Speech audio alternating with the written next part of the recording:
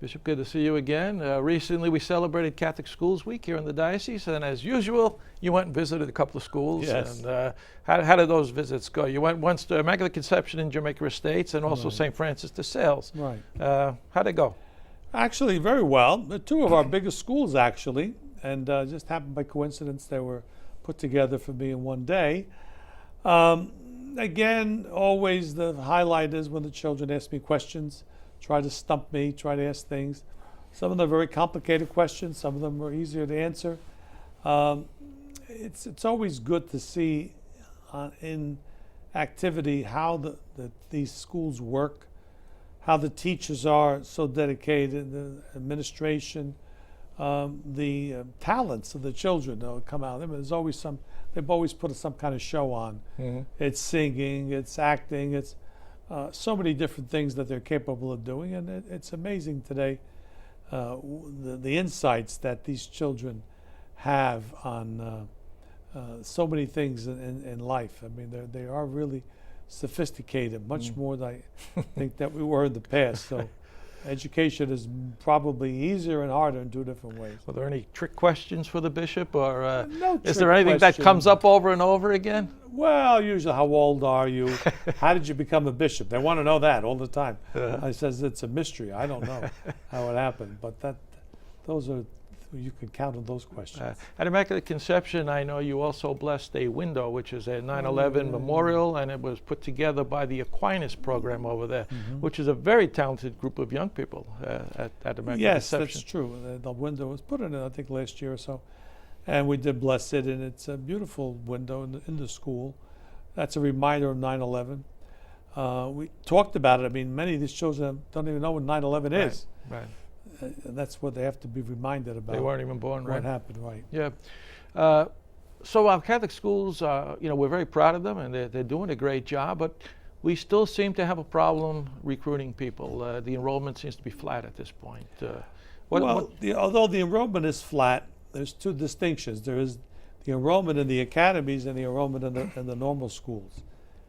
If it were not for the academies increasing enrollment, we wouldn't be actually behind, because we saw a decrease in the normal schools. So the fact is, we are turning the tide.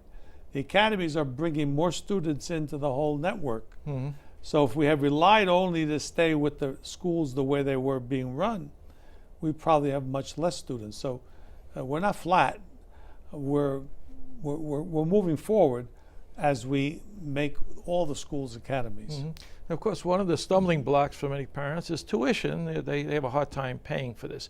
But there are many opportunities for scholarships and grants right here in the diocese that maybe people are not aware of.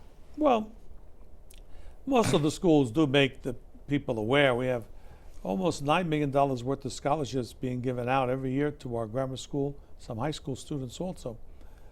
So it's a substantial amount of money, but there's probably a need for another $4 million if we had it, just for the people who ask for it, you know.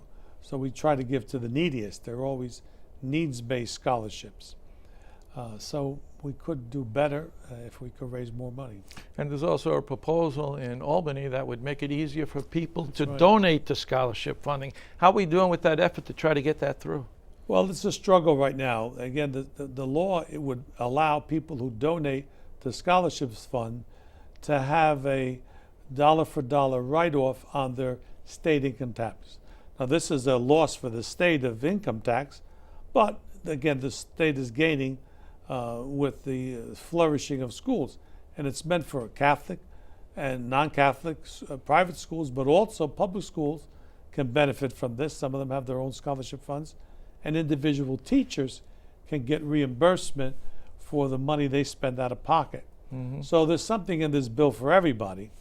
Unfortunately, we see a very stringent lobbying by the New York Teachers Union against the bill, because in their mind it seems that any dollar that comes to us is somehow a dollar that's taken away from them, which is not quite true in this area. And we've met with the head of the union and Cardinal Dolan and myself, but it didn't seem to make much difference. So we are into a fight. We're leaning heavily on our own legislators in the House, especially the Assembly, and then the Senate. This seems to be solid, and we are, giving things out in outside church, telling people that their assembly person is not on this bill, and they should be. These are Catholic neighborhoods for the most part, so we are putting a real effort into educating people about who we can rely on to help us gain this important aspect in the law. Well, I know, Bishop, that the schools are near and dear to your heart, and They are. it's something you always work at. Thanks so much for being with us today. You're welcome.